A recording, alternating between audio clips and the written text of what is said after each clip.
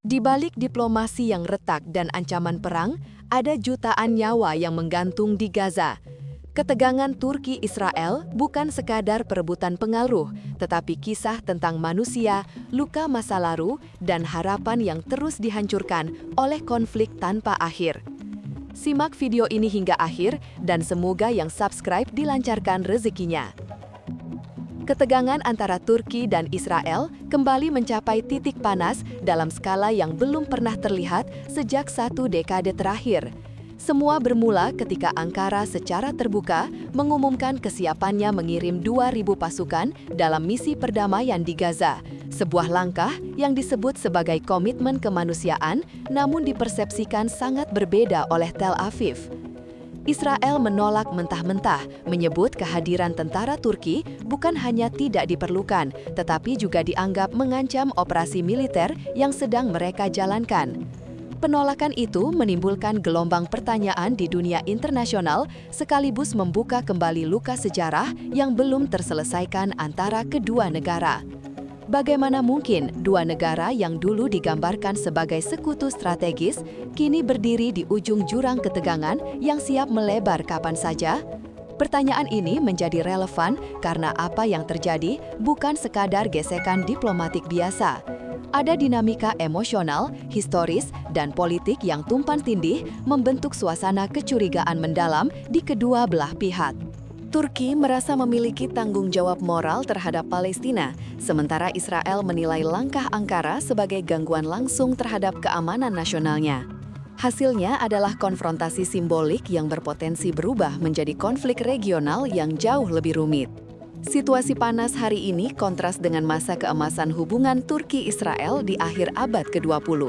Pada era itu, kedua negara berada dalam satu orbit kepentingan geopolitik yang saling menguntungkan. Turki, yang merupakan negara mayoritas Muslim pertama yang mengakui keberadaan Israel, melihat Tel Aviv sebagai mitra strategis di kawasan yang dipenuhi ketidakpastian. Sementara Israel memandang Turki sebagai pintu gerbang menuju dunia Muslim yang modern serta sekutu penting dalam menghadapi ancaman bersama, mulai dari instabilitas regional hingga ancaman kelompok-kelompok bersenjata. Kerjasama militer terjalin erat, pilot Israel berlatih di wilayah udara Turki, sementara teknologi pertahanan Israel mengalir deras ke Ankara. Pertukaran informasi intelijen berlangsung secara intens, membantu kedua pihak memahami dinamika ancaman di Timur Tengah. Ekonomi pun berkembang pesat dengan perdagangan lintas sektor yang menguntungkan. Para analis geopolitik menyebut periode ini sebagai bulan madu geopolitik, bukan tanpa alasan. Hubungan keduanya mencerminkan kepercayaan mendalam, kolaborasi yang saling melengkapi, dan harapan besar bahwa Ankara dan Tel Aviv dapat menjadi duet stabilitas di kawasan penuh konflik. Namun fondasi yang terlihat kokoh itu ternyata menyimpan rapuhnya dinamika politik domestik dan internasional yang suatu hari akan mengubah segalanya. Titik balik besar terjadi pada tahun 2010 ketika kapal bantuan kemanusiaan Mavi Marmara yang membawa ratusan aktivis dari berbagai negara, termasuk kelompok terbesar dari Turki, dihentikan oleh militer Israel di perairan internasional. Operasi itu berakhir tragis, 9 warga Turki tewas dan puluhan lainnya terluka. Peristiwa tersebut mengguncang opini publik Turki dan memicu amarah nasional yang berkepanjangan. Pemerintah Turki menilai tindakan Israel sebagai pelanggaran hukum internasional sekaligus penghinaan terhadap kedaulatan dan martabat rakyatnya. Sejak insiden itu, hubungan diplomatik kedua negara mengalami pembekuan yang sulit dipulihkan. Mereka mencoba beberapa kali berdamai, menggelar pertemuan tingkat tinggi, bahkan sempat menandatangani kesepakatan normalisasi. Namun, setiap upaya itu hanya menghasilkan perbaikan sementara, seperti tambalan kecil pada keretakan besar. Pola hubungan keduanya menjadi tidak stabil, kadang membaik lalu memburuk kembali, seperti hubungan toksik yang tidak pernah benar-benar menyelesaikan akar masalah. Insiden Mavi Marmara bukan sekedar tragedi, ia adalah simbol retaknya kepercayaan yang pernah menjadi fondasi utama kerjasama Turki-Israel. Konflik Gaza terbaru menghidupkan kembali ketegangan yang sempat mereda. Di bawah kepemimpinan Recep Tayyip Erdogan, Turki tampil sebagai negara yang paling lantang membela Palestina di panggung internasional. Erdogan mengecam serangan Israel, menyebutnya sebagai tindakan tidak manusiawi dan menuntut penghentian agresi militer. Ankara mengirimkan bantuan kemanusiaan dalam jumlah besar, melobi organisasi internasional, dan menggerakkan opini publik global. Namun langkah paling mengejutkan adalah keputusan Turki mengeluarkan surat perintah penangkapan terhadap Perdana Menteri Benjamin Netanyahu dan sejumlah pejabat senior Israel atas dugaan pelanggaran hukum internasional. Israel membalas dengan retorika keras, menuduh Turki melakukan politisasi dan provokasi. Pertukaran pernyataan tajam antara kedua negara pun menghiasi media internasional. Yang terjadi bukan sekedar adu retorika, tetapi juga adu legitimasi. Siapa yang lebih berhak mendefinisikan kebenaran moral dalam konflik Gaza? Ketegangan ini membuat jarak antara Ankara dan Tel Aviv semakin melebar, seakan menghapus sisa-sisa kedekatan masa lalu yang pernah mereka banggakan. Ketegangan politik akhirnya merembet ke ranah ekonomi dan diplomasi dalam skala yang jauh lebih serius. Turki mulai menutup wilayah udara bagi pesawat Israel, memutus jalur transportasi yang selama bertahun-tahun menjadi bagian penting hubungan dagang kedua negara. Tidak berhenti di sana, Ankara menghentikan seluruh perdagangan bilateral, membuat aliran barang dan komoditas yang biasanya lancar mendadak terhenti. Keputusan ini berdampak langsung pada sejumlah perusahaan Israel. Beberapa mengalami kerugian signifikan hingga terancam bangkrut karena kehilangan pasar utamanya. Selain itu, Turki memperketat kontrol maritim, menunda izin berlabuh bagi kapal berbendera Israel, dan memblokade jalur ekonomi tertentu yang sebelumnya dimanfaatkan Tel Aviv untuk memperluas pengaruhnya di Mediterania. Bersamaan dengan itu, Ankara semakin aktif merangkul Mesir, Uni Emirat Arab, dan negara-negara Oki untuk membentuk front diplomatik yang lebih solid dalam menekan Israel. Gerakan ini diterjemahkan Israel sebagai langkah strategis yang langsung menyasar posisi geopolitiknya. Persaingan kedua negara pun kini meluas ke forum internasional, memperebutkan narasi dan dukungan global.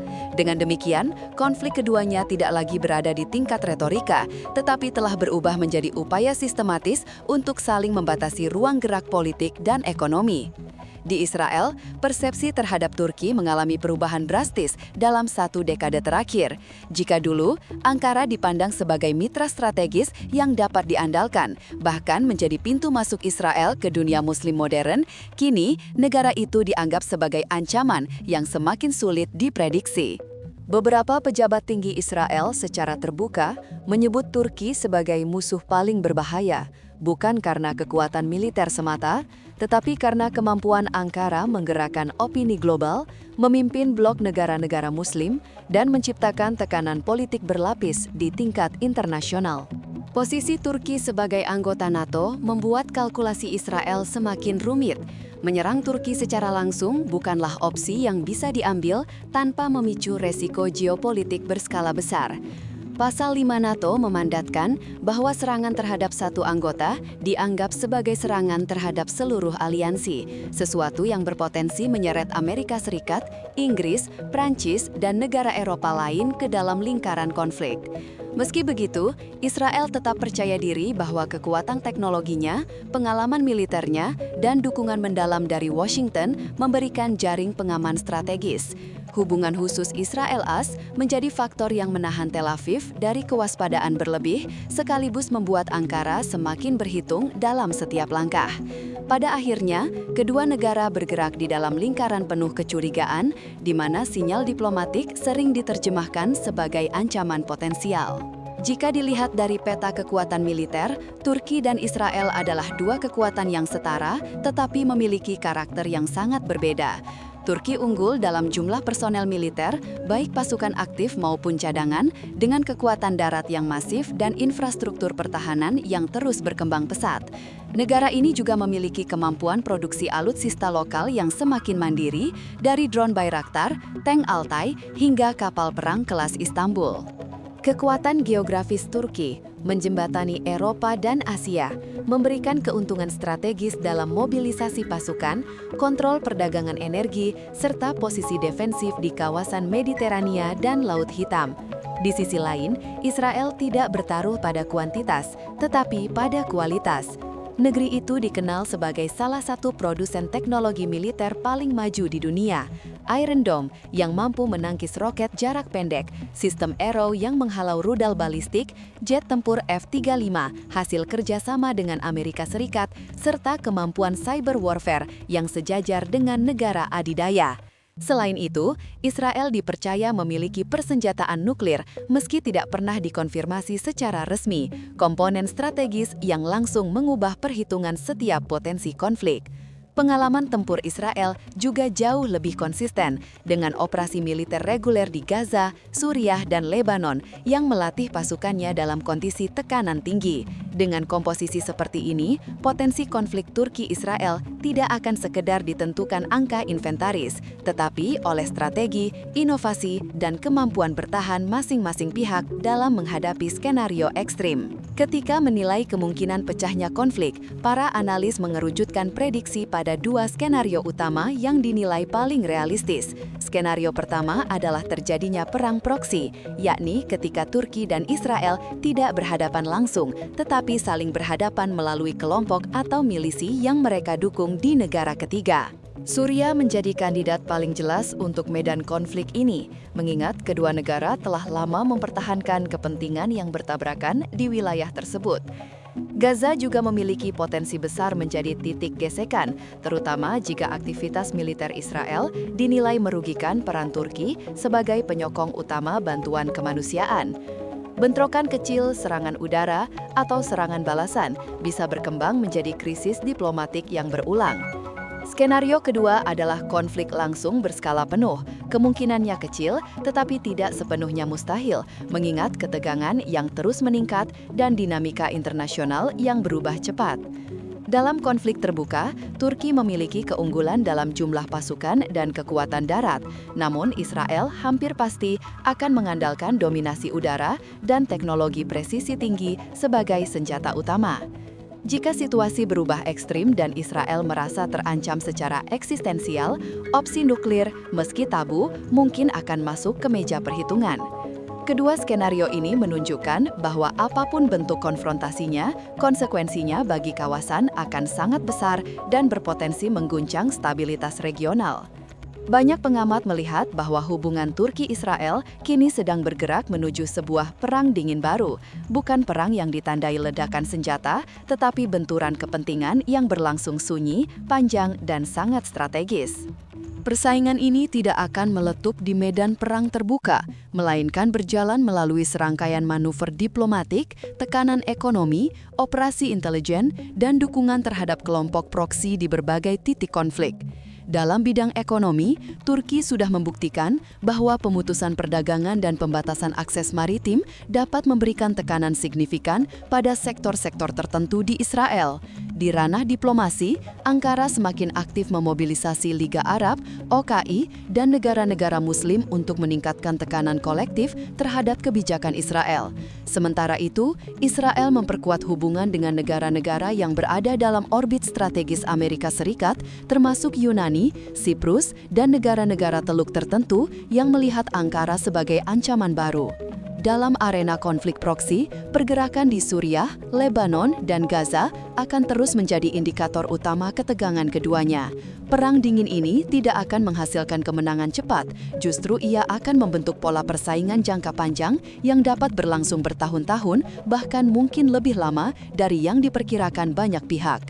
Dengan dinamika yang terus memanas, masa depan geopolitik Mediterania tampaknya akan ditentukan oleh hubungan dua pemain besar ini, Turki dan Israel. Baik Ankara maupun Tel Aviv memahami bahwa setiap langkah mereka membawa konsekuensi strategis bukan hanya bagi kedua negara, tetapi juga bagi arsitektur keamanan regional yang lebih luas. Turki melihat dirinya sebagai pembela Palestina dan kekuatan regional yang sedang bangkit. Sementara Israel berusaha mempertahankan keunggulan militernya dan memastikan dukungan dari Amerika Serikat tetap tidak tergoyahkan. Dalam lingkungan global yang semakin terpolarisasi, persaingan kedua negara menjadi cermin betapa cepat dan rapuhnya peta kekuatan dunia berubah. aliansi dapat bergeser dalam semalam, dan konflik diplomatik dapat berkembang menjadi pertarungan pengaruh berkepanjangan. Kedua negara tampaknya sadar bahwa perang terbuka adalah opsi paling berbahaya, tetapi perang dingin yang panjang pun memiliki biaya yang tidak kecil. Dengan demikian, kawasan Mediterania yang selama berabad-abad menjadi panggung perebutan kekuasaan, kini kembali berada di bawah bayang-bayang ketegangan dua kekuatan besar yang enggan mundur. Masa depan kawasan ini, setidaknya dalam beberapa tahun ke depan, akan sangat ditentukan oleh bagaimana Turki dan Israel memainkan langkah-langkah catur geopolitik mereka di tengah dunia yang semakin tidak pasti.